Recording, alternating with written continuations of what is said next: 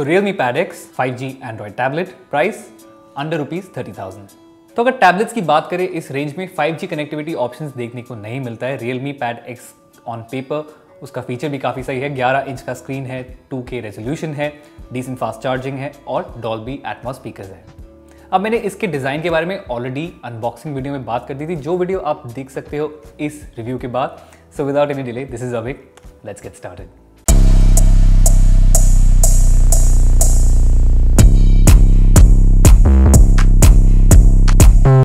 अब डिजाइन और फीचर्स के जाने के पहले थोड़ा इसके प्राइसिंग को समझ लेते हैं और Realme एग्जैक्टली अपने टैबलेट्स के साथ क्या कर रहा है, क्योंकि Realme Pad X Realme का पहला टैबलेट नहीं है। अब लास्ट ईयर Realme ने निकाला था Realme Pad Mini, जिसका प्राइस इंडिया में शुरू होता है करीब 11,000 से।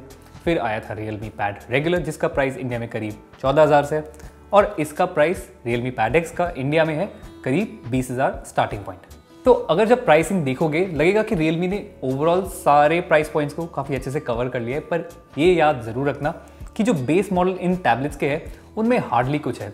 आप खुद बताओ, अगर 3 GB रैम और 32 GB 2022 में अगर आपको मिलेगा, क्या वो इनफ होगा? प्रॉब्लली नहीं। तो उस तरह से इस रिव्यू में जो मैं देख रहा हूँ वो है Realme Pad का 6 GB और 128 GB वेरिएंट, जिसका प्राइस है करीब 28,000। और अगर टैबलेट लेना है तो इस रिव्यू को इसके टॉप वेरिएंट का रिव्यू समझ के ही लो, समझे? नहीं। अब शुरू करते हैं Realme Pad X के डिजाइन और डिस्प्ले से। पहली बात डिस्प्ले की, जो मैंने ऑलरेडी अपने अनबॉक्सिंग में कवर कर दिया था, पर ठीक है, यहाँ पे थोड़ा शॉर्ट समरी मान के चल लो। तो Realme Pad X एक प्लास्टिक बिल्ड के साथ आता है। मुझे उससे कोई शिकायत नहीं है। जो प्लास्टिक मटेरियल है वो बेसिकली है PMMA मटेरियल, जो Realme अपने कुछ स्मार्टफोन्स में यूज़ करना शुरू कर दिया। आपने ये टर्म मोटोरोला के स्मार्टफोन्स में भी सुना होगा। बेसिकली क्या है, तो ये PMMA मटेरियल जो है वो एक ग्लास लाइक फिनिश देता है, पर है टेक्निकली प्लास्टिक। तो इसका जो बैक होता है वो एक ग्लॉसी फिनिश देगा, स्मूथ फिनिश देगा, पर फिंगरप्रिंट ज़्यादा अट्रैक्ट नहीं करता, जो Realme Pad X में भी है। इसमें ज़्यादा कोई फिंगरप्रिंट देखने को मिलते नहीं है। सामने 11 इंच का स्क्रीन है, उसमें होल पंच कटआउट है for the selfie camera, 2K resolution है जैसे मैंने बोला, और 60 हर्ट्ज रिफ्रेश रेट है, जिसके बारे में थोड़ी देर में और बात करेंगे। जब टैबलेट शुरू में यूज़ करोगे थोड़ा ओवरवेलमिंग ज़रूर है। मुझे भी ओवरवेलमिंग लगा, क्योंकि वेट थोड़ा सा ज़्यादा है, करीब 500 ग्राम तक है। और अगर एक्सेसरीज यूज़ करोगे, जैसे मैंने इसका कीपैड यूज़ किया था, वो भी उसमें थोड़ा वेट है, तो ओवरऑल ओवरवेलमिंग लगता है, पर इवेंचुअली आप यूज्ड हो जाते हो। ऐसा कुछ नहीं है कि इतना भी भारी है कि उसको यूज़ नहीं कर सकते। पर ये ज़रूर है कि जब ट्रैवल करोगे Realme Pad X को लेके अपने बैकपैक में, थोड़ा वेट ज़रूर डालता है।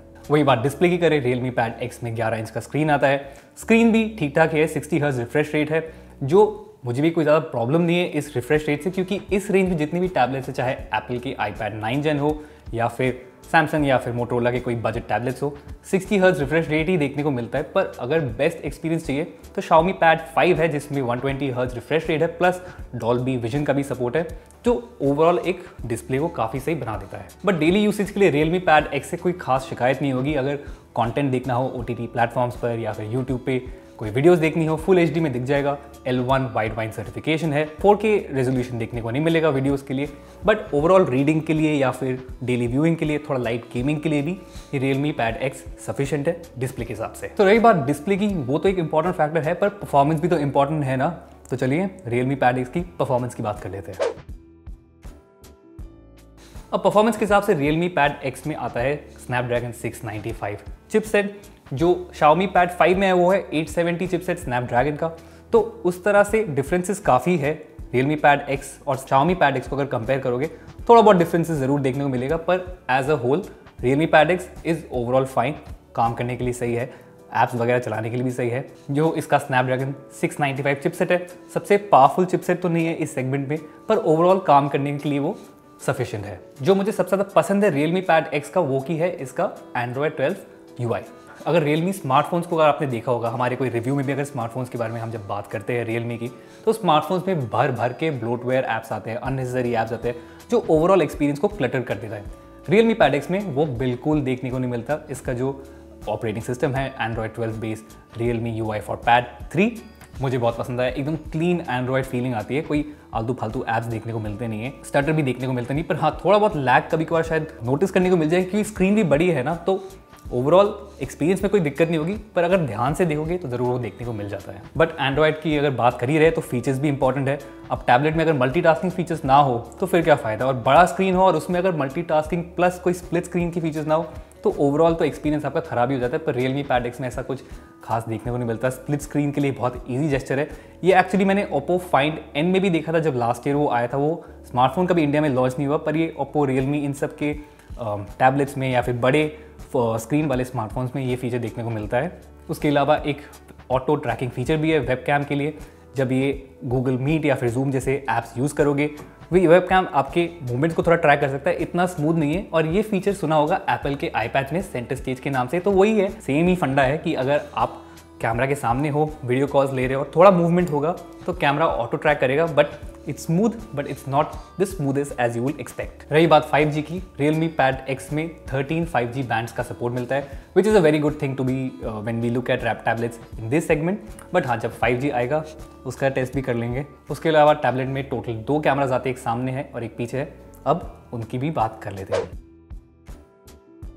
तो कैमरा की बात करें, पीछे मिलता है 13 मेगापिक्सल रियर कैमरा, सामने है 8 मेगापिक्सल फ्रंट कैमरा।